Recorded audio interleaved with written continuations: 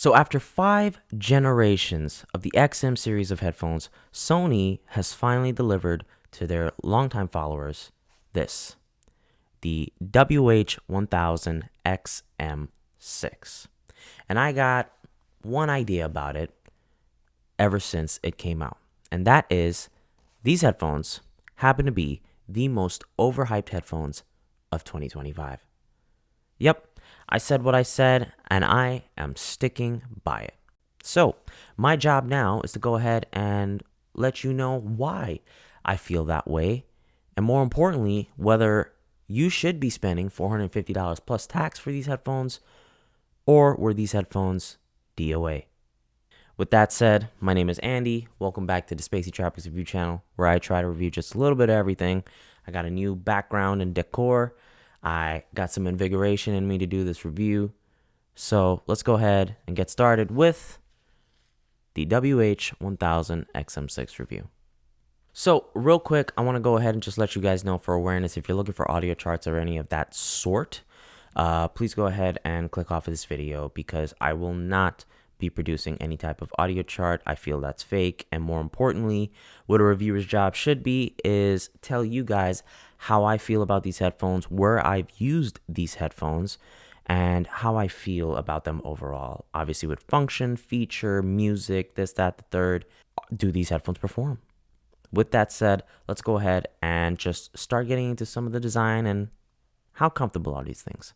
So, as far as comfort is concerned, these headphones are actually pretty good. Headband is nice and soft, does not give me any fatigue on top of my head, and the ear pads, they're very nice, they're plush. I will say that they are a bit hollow. However, thanks to the fact that Sony did let you go ahead and pop these bad boys off to replace them with any other type of third-party manufacturer ear cups, that's a bit of a bonus. Good job on Sony for the comfort-wise of this thing. Unfortunately, that's kind of where some of the good stuff ends and all of the critiques start to begin. These headphones, weighing in at 254 grams, are majority plastic. Now, if you ask me, back when these bad boys came out, and I'm going to pull them up right here, the Bose NCH700s, when these came in weighing at about 254 grams, people were going a little bit crazy about it. Oh, it's heavy, or it's slightly heavy, or it's not that heavy at all. There was just people all over the spectrum just trying to wrap around their head how a stainless steel band on a headphone was going to be comfortable. I'm happy to report that they are very comfortable, at least for me. And I did change the ear pads on these after some time because, well, I had them for a long time now. But nonetheless, that's not what this review is about. It's about the XM6. And as far as all of this plastic is concerned, for over $400, that's the key word here, you're getting so much plastic that it just doesn't make any sense. Versus when the NCH700s came out, a stainless steel band ran you $380. Now granted, yes, some of the newer Bose products are reaching up to the same price as this. However, I think they still have a little bit more to offer.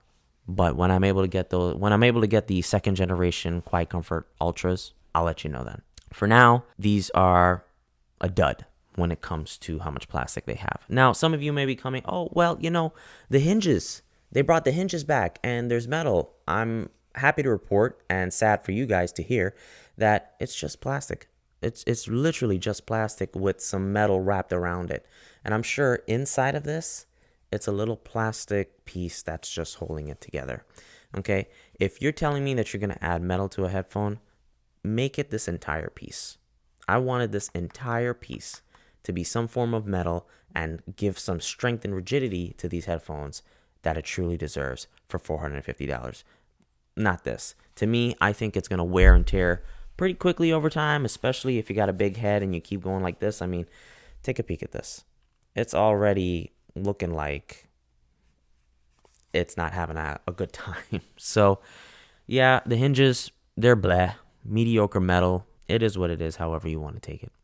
Next up, let's talk real quick about the controls. The touch controls, they're cool. They work. I will say that sometimes when I do try to scroll up, it registers as a swipe to skip to the next track.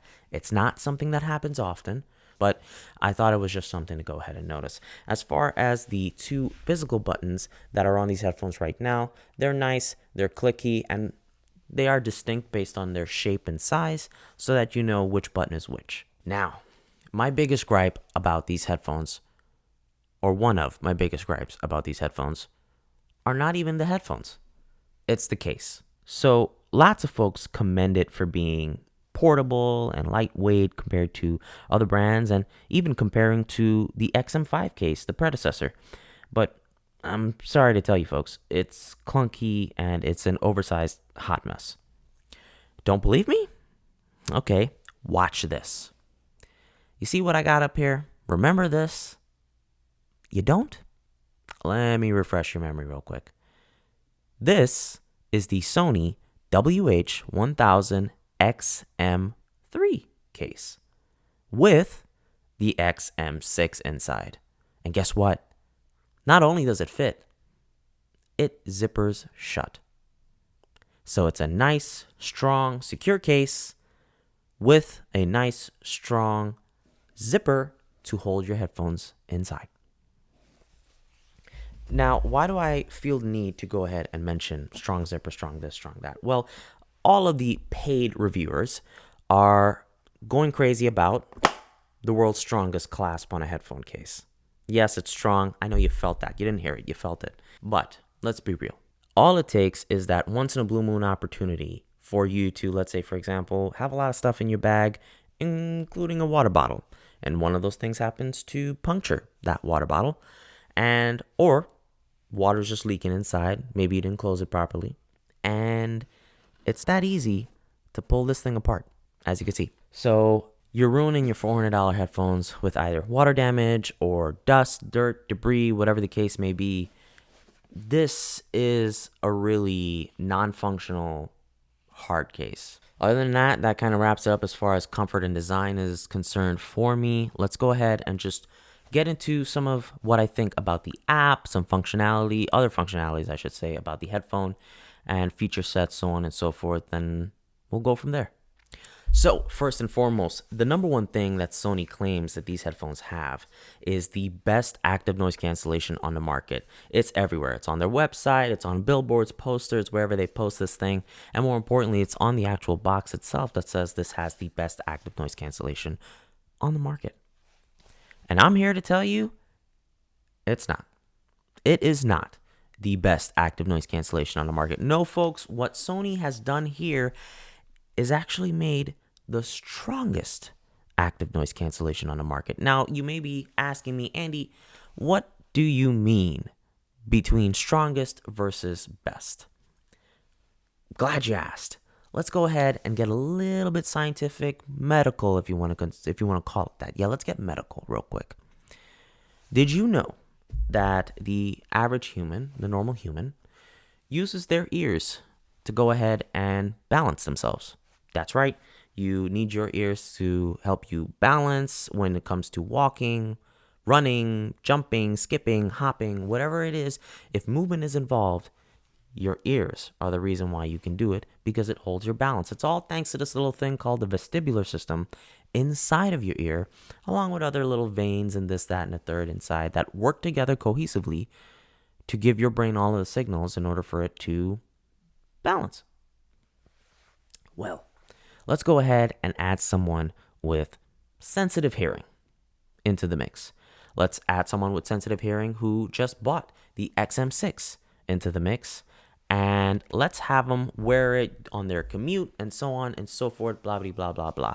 What do you get? You get that sensitive person getting the possibility of getting motion sickness, possibly, lightheadedness, dizziness, so on and so forth. Things that are associated with movement like vertigo or whatever, if you get up too fast. It's not going to end well. It's not going to end well for that person because the active noise cancellation on this is so strong. Some of you may be asking, okay, Andy, well then what makes the best active noise cancellation? And I'm going to be honest with you, Bose at this day and age, or at least as far as the headphones that I have in my arsenal right now, is the only one that gives you a customizable active noise cancellation. So it doesn't matter where I am, what I'm doing, whatever the case may be, if I want my noise cancellation that day to be a 6 out of 10, I can change my noise cancellation to be a 6 out of 10 for the Bose products. It's really nice. It's really helpful. And I'm being honest, I practically use my headphones in an office setting. Okay? I don't have a commute. I drive to work. So what that means to me, well, it's technically a commute, but you know what I mean. I don't have a public transportation commute. So when I'm in the office, I still need to hear people around me if they're calling me to, hey, can I get your opinion on this thing?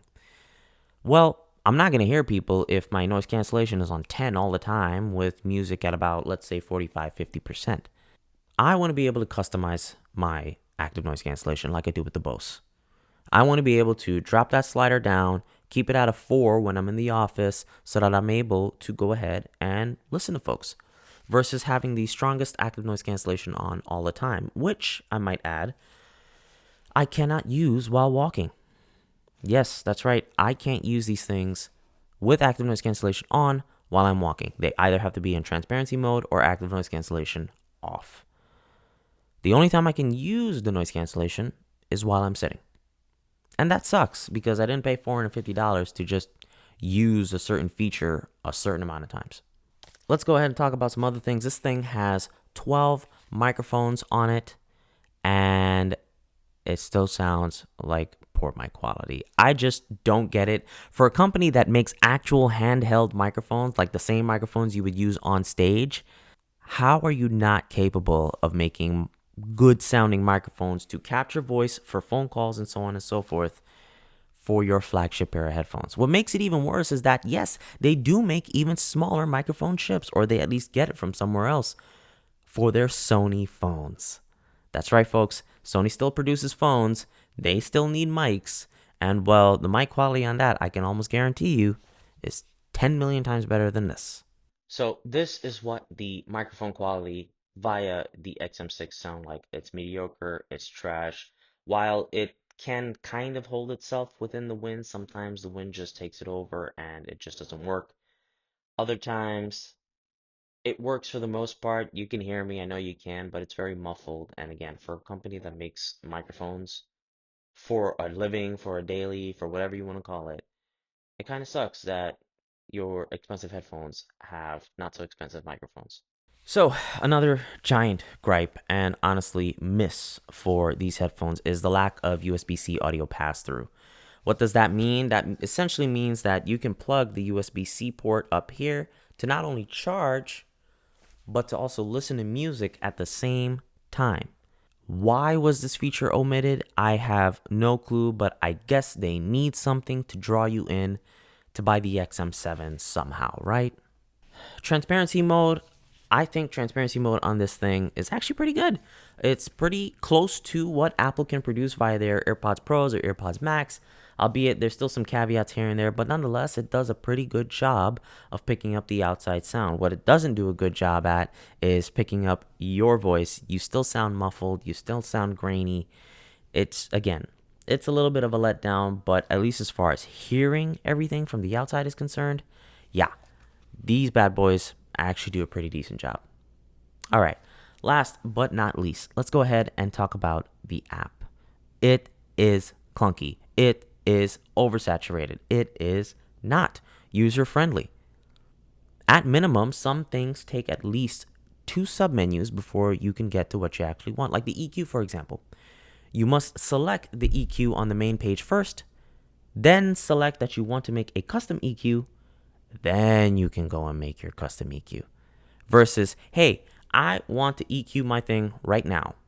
Okay, cool. Just slide to the right, hit custom, we're done. Some apps on other devices, other headphones, other brands, they give you that option. Sony doesn't. It's just way too clunky. There's too many sub pages in the bottom for you to go and scroll through for the Cinema 360 or whatever their version of immersive audio is, or spatial audio for Apple folks. It just doesn't work. And speaking of the spatial audio, or well, the immersive audio, whatever they want to call it, it's a gimmick. Don't even try it. It's not the same as Apple's. Just don't bother. Okay? Put a nice custom EQ on this thing, and it will sound awesome. Now, while touching on the sound, I must say, if it wasn't for the sound quality with this, with a custom EQ, I might add, the bass flatline sound signature that these things come with out of the box suck. But if it wasn't for the sound and the EQing feature that the app allows you to do for these headphones would be DOA. The sound on this is actually pretty good once you have it set to your settings. Now, for some folks, if you're not sure of how to go ahead and set your own EQ settings, take a quick listen. I'm about to brief you in the next 30 seconds. Anything that is 300 hertz or lower is your bass. Anything between 300 hertz to 2000 hertz or 2 kilohertz is your mid-range. And anything from 2000 hertz or, 2 kilohertz onward and up is your highs.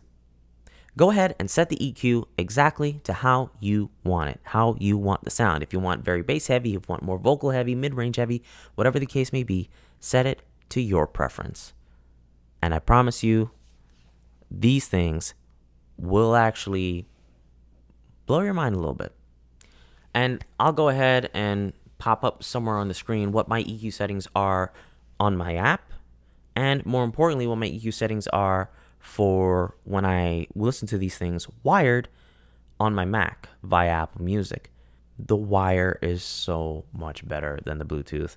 I mean, I think we all know that physical connection rules over wireless connection any time of the day. Go ahead and plug these things in via the wire. I think you're going to be in for a nice shock. Now, let's address the elephant in the room, specifically the so-called audiophiles that are stabbing their keyboard as I speak right now, asking me why I haven't included charts, why I haven't used a binaural microphone as yet, so on and so forth. Well, let's start with the charts first. The charts are useless. Okay? As a human being, you and I can only hear as low as 20 hertz and as high as 20,000 hertz or 20 kilohertz, just to make it short. And Sony advertises these headphones to go as low as 4 hertz and as high as 40,000 hertz. Don't believe me? It's on their website. You're more than welcome to go check. Now, is there something wrong with that picture? If you picked it up by now, why are you advertising lower than what the average human can hear or higher than what the average human can hear? Some folks will come out of the woodwork and say, oh, well, I can hear up to 17,000 hertz, or I can hear lower than 4 hertz, so da-da-da-da-da-da. No, you can't. No, you can't. You think you can. It's a perceived notion. I understand that. It's online. You can look it up. But in reality, we're at a set range as to what we can hear. The only way for you to hear, or feel 4 hertz really, is through a subwoofer, an actual subwoofer, a speaker. You'll feel that 4 hertz. You won't hear it, but you'll feel it. Versus the 40,000 hertz, you're going to need tweeters, horns, whatever the case may be, in order for you to hear such high frequencies. And even then, our ears might not be even capable of getting to that point to hear it. So that's the reason why I'm not using audio charts just to reflect anything, because also more importantly, once you change the EQ, whatever audio chart is there is now gone to crap because, you changed it to your settings. So who cares? So let's go ahead and get into the conclusion for this review. If at any point within this review you thought that it was probably a better idea to go ahead and buy the Bose Quiet Comfort headphones for a far cheaper price, then you are absolutely correct. You're more than welcome to go and pay $229 when on sale for any color you want of a Bose Quiet Comfort headphone that, once the EQ on that is set, sounds almost about 80, maybe even 90% similar to what these headphones can reproduce. I think for saving that much money and for still getting a premium product, it makes a lot more sense. Now, that aside, if you're truly just buying headphones to be headphones and listen to sound, well then, at that point, I can 50% recommend the XM6. I still think there are other things out there that sound pretty similar. If not, there are some things for the same price that sound better, like Bowers & Wilkins, for example, that can give you a better bang for the buck compared to what the Sony can produce straight out of the box. But again, as far as the sound is concerned, yeah, if that's all you're buying it for and you're going to plug it in specifically via the aux port, then yeah, I can 50% recommend it. Other than that, if you want me to recommend the whole package, no, I cannot recommend the whole package. The case is clunky and quite honestly a lie.